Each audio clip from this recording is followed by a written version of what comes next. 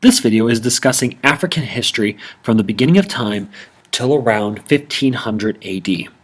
The focus of this video is as follows. First, what role did Africa's natural geography play in human development?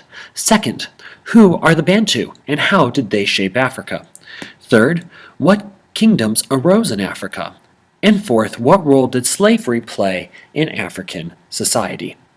Now, when looking at Africa, it's important to understand some basic facts about Africa. The first is that Africa is massive. Oftentimes when we look at a map of Africa in a textbook, it looks almost kind of small. Like, it might be the size of North America. What's so impressive about it? Really, Africa is massive. In this picture, you can see all of the different countries that you can fit into Africa and still have room left over. United States, China, India, Spain, Germany, Eastern Europe, and the United Kingdom. Italy's in there, Germany's in there, Switzerland's in there. And there's still little rooms and pockets of space left over. Africa is huge. Now, the second important fact is the number of domesticable plants. Africa is home to only 6 domesticable plants. This in comparison to 18 in the Middle East. And of those 6, only 4 are found in West Africa. So the rest of Africa is home to only 2 domesticable plants, and one of them is coffee, which, while I love coffee, is not the bedrock for a sound diet. So Africa, right off the bat, is missing a key component to society, and that is a farmable, domesticable plant. The second, domesticable large animals. They have 0. So they have 56 other large mammals, but 0 of them can be tamed for human use. This is really, really critical. These 2 facts here dictate most of African history as to why Africans and African society developed the way that it did. Very few plants and very few native domesticable, actually no native domesticable large mammals at all naturally in Africa. So, as we look at these facts, human history began in Africa, as we talked about earlier this year. And when humans began to migrate, they went north and they went west. Now, those that traveled north followed the Nile River all the way up to the delta, right at the top there by the Mediterranean Sea, and then navigated their way through the Middle East and so on and so forth. Then there are those that rode the upper crest of the jungle areas of Africa over into West Africa. That area was not as densely forested, but also was below the Sahara Desert. Then, from there, humans migrated down through the jungles into South Africa, and all of these people more or less settled in clans. You don't see kingdom set up, you don't see city-state set up, you see clans, these traveling, hunting, and gathering bands that are in search of food. Africa does not inherently set up agriculture. It is massive, but it is poorly set up to naturally establish societies. With this in mind, let's take a look now at a group called the Bantu. The Bantu people are originally from the west and central parts of Africa, in particular the country we now call Cameroon. So in 3000 BC, we see the beginnings of some sort of agriculture in Cameroon. And this allowed the Bantu people to establish and develop societies. Now, this is a different food crop than you would see up in the Nile Delta and by the Tigris and Euphrates, because that type of food does not grow well down here in Cameroon. And the Sahara Desert served as a really, really good barrier, keeping any of that technology or food options from making the jump down. So, anyways, the Bantu people settled and developed iron. Now, as we have learned, that when people settle, they they grow in numbers, and with agriculture gives you more time. And with this time, they figured out that you could make iron from pulling these ores out of the earth and doing something called smelting or refining. This is a purification process that allows you to make a more durable and more sturdy type of metal. So with a higher quality metal and with more people, due to overcrowding, people from the Bantu tribe moved to the east and they moved south, spreading their language and skills along the way. Also, given their massive population numbers, they were able to overwhelm pretty much everyone in their path. The other hunter-gatherer tribes could not keep up with their population numbers or with their technology and skills. So they moved east over towards Lake Victoria, and then they moved back southwest, avoiding a number of mountainous areas as well as the deep jungle of what we refer to as the Congo River Valley.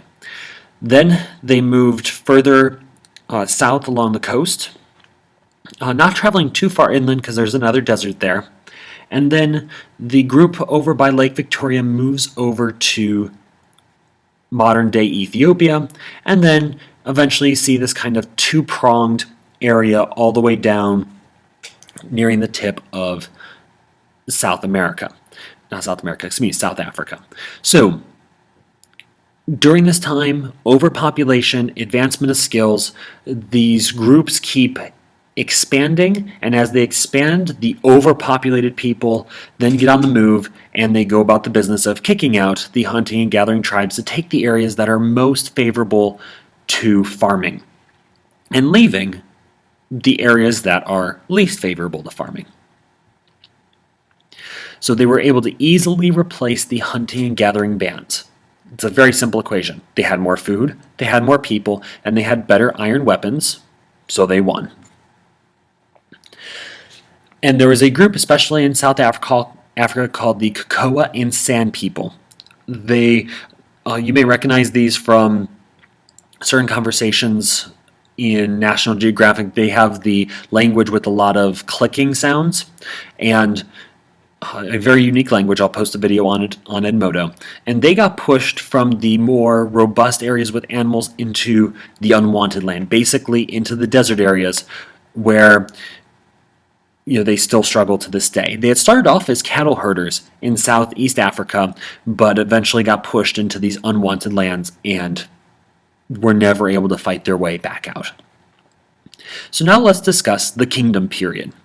So you have this initial Bantu migration in which they spread what agriculture they had and tools and skills and Bantu language all across the heart of Africa. Now, in West Africa, you see in 800 AD the birth of the Ghana Empire, or the Ghana Kingdom. And you see in the picture here that where it arose, and it was built along a river area, and they used a lot of mud brick to build their buildings. Their big claim to fame was the gold and salt trade, and they used the Berber clans, who were hunters and gatherers and wandered the Sahara Desert, to serve as traders between them and Egypt and the other great civilizations across the Sahara Desert.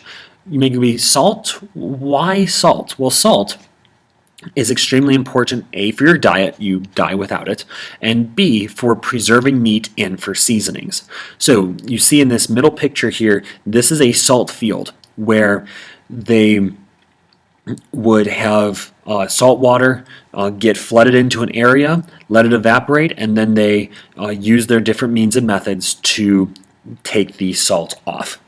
And then they would take these slabs of salt and trade them. Also very big into the gold trade, which you see a gold mine in the bottom left picture. Ghana will be conquered in 1250 by Mali.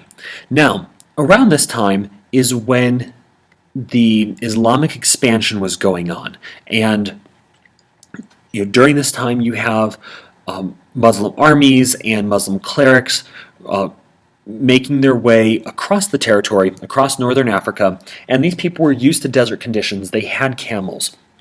The deserts were not, and the arid temperatures were not so foreign to them. So they were able to make it across, conquer large areas, and bring Islam with them. And with Islam, brought a high level of education, a societal structure with the Quran. It brought ways of organizing their society and religions. It brought an art form, it brought an education style, brought an architectural style. And the Mali embraced this, and they were able to use this new technology to further expand themselves along the Niger River. Because that's the key river that Ghana and Mali build themselves up around. And then in 1400 to 1600, you see the Songhai dynasty, which they further expand trade, and they really push to spread Islam. And they developed the great cultural center known as Timbuktu. And this was a very robust learning place that drew the attention of large numbers of European folks and others to this area. Now, in Central Africa, you have a lot of heavily jungled area. And in 1300 to 1500, you see the Congo Kingdom. And they make their living, they make their financial empire off of animal skins and ivory tusks. Ivory tusks being what is on a rhinoceros and an elephant. They last for about 200 years, and they eventually kind of fade into existence. In South Africa, you have the Shona Empire. These were farmers and cattle ranchers, and they traded gold and other riches with people as far away as China. There's evidence of Chinese goods and other goods from the Indian Ocean making their way into the Shona Empire. Their capital city was Great Zimbabwe. And this means, quite literally, the stone-walled city. And these pictures are the remains from Great Zimbabwe. And as you can see, these really quite impressive stone wall structures along the landscape. Then in East Africa, you have the Bantu that founded the countries of Somalia and Ethiopia.